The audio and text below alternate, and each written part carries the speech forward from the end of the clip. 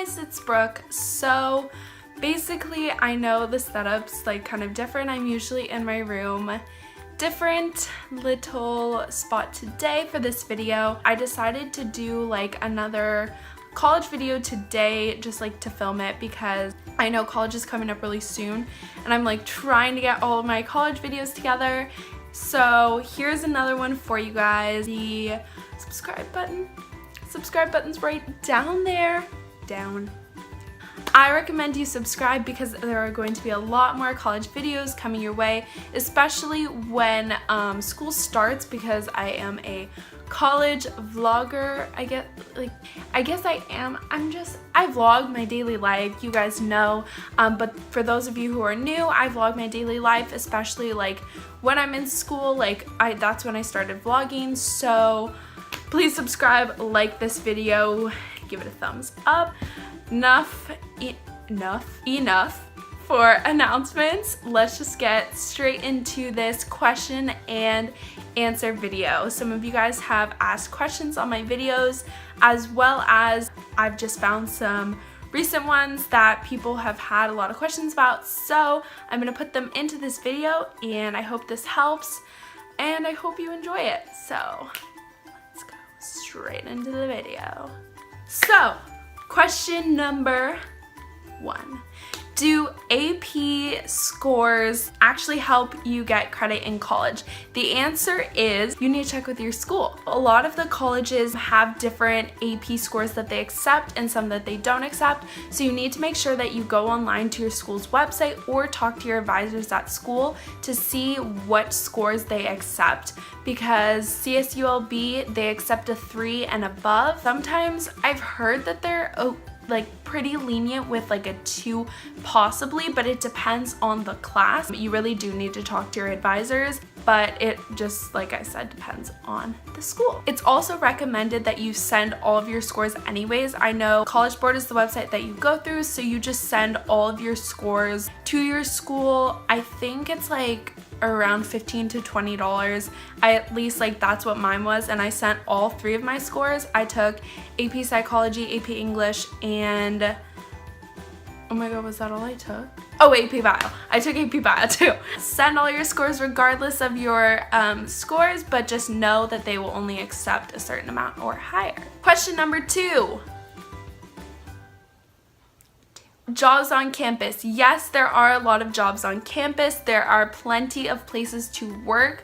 This is pretty much true for every single college campus. CSULB in general has so many places to work. You can work at the Starbucks, the Coffee Bean, the bookstore, the Robex, the gym. If you're a certain major, I think it's only kinesiology majors and some other major. They might not be the most glamorous jobs, but they do pay pretty well. I've heard it's, I think, more than $10 an hour. I think it's like $11, $12 an hour depending on the job. They know it works around your schedule because they know you're in school. Clearly, because you're going to their school, I don't really understand. And they do have jobs in offices as well on campus, like answering phones, making phone calls, asking for donations. So you can get good jobs on campus as well as off campus. There are places close by, but you should have some type of transportation to get those places. There's not really in any really good walking distance unless you're willing to walk a good solid 20 minutes. Question number 3. Are there pets allowed in the dorms? Okay, first of all, let me just say, if you see me keep looking over here, it's because I have my notebook with all my questions in it, so you know. Wow, that just hit me in the face. Kate Spade, shout out. Anyways, are pets allowed in the dorms? No, unless they are service animals, like service dogs. But if you do want a pet in the dorms, not gonna lie, a lot of people do get smaller pets. I know there have been turtles, fish, of course, bunnies. I think there have been bunnies. So you just have to make sure that you take care of them really well, because it is a dorm and you have to make sure that you clean cages and bowls and whatever else that you're gonna need. And it does get expensive to have a pet. So, I mean, if you want to, I say go for it, but just know technically you're not really allowed to have one, so gotta keep it on like the DL, if you know what I'm saying. Question number 4, are online classes good or bad? Personally, I have to give them a thumbs up. I think they are a good way to have more classes added into your schedule to get more credits, but at the same time keeping like a balanced schedule so you're not rushing from class to class.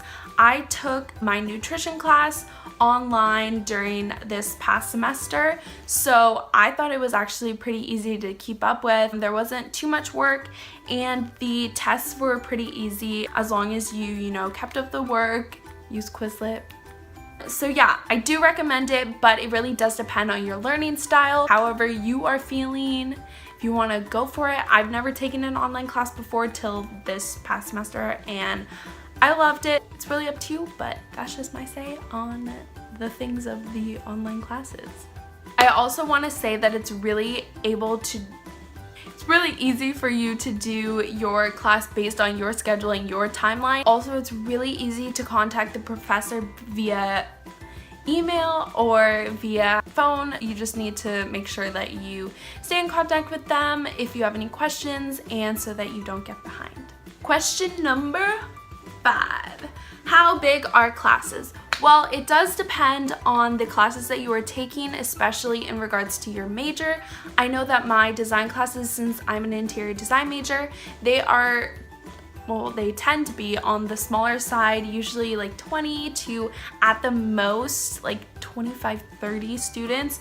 30 is kind of a lot, but yeah, it kind of ranges right between there. Some of my other classes, like my public speaking class, so communications, was a smaller class as well, but that is because you have to do a lot of like speaking and presentations, so they don't want it to take forever. But there are classes like math and science that are big lecture halls. It does depend. There really is no like actual direct size that every class adheres to. Also, it depends on your school because I know some schools are bigger, some schools are smaller. Mine is actually pretty big. CSULB has over, I don't know how many. I want to say over 30,000, but I might be wrong. That's something you could look up. I'll put it down below so you can get a gauge of like how many students we have at CSULB, but it really does depend on the college. Question number 6.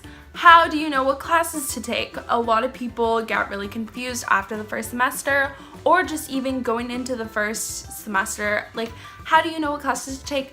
Talk to your advisors. I know every major has their own advisors, so I do recommend staying in touch with them, even if you're like, I could do it all by myself.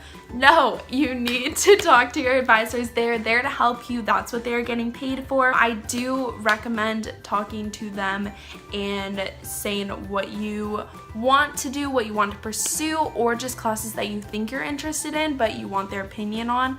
Also, feel free to ask me if you have any questions for CSULB students regarding different classes that you have questions about or different majors. I do know a good amount about majors, but if you have any questions that I can't answer, please go to the advisors because they will help you and they're amazing. Question number 7. Office hours, attend or not attend? I say attend. I say attend if you have questions and if you feel like you're not getting enough help in the class because the professor to student ratio isn't your ideal situation. That's especially for larger lecture classes. The professors also do say if they have a bigger class and they can't work student by student a lot, that they like when students come in and go to their office hours so they can meet with you and get to know you like as one of their students and as a person, because it just creates a better bond with your teacher and helps you do better in the class. I have not attended many office hours. I have attended some just to go over essays and whatnot, but I do recommend going to them if you're struggling in the class or if you just want to meet the professor and get a little bit more out of the class. Question number 8. Resources on campus. There are many resources on campus that I recommend that you take advantage of because you are paying for it in the tuition. So, kind of don't know why you wouldn't use it. But we do have The library, which has computers and access to copiers and printers. The Horn Center, which has a computer lab, printers, copiers, and just so many more computers.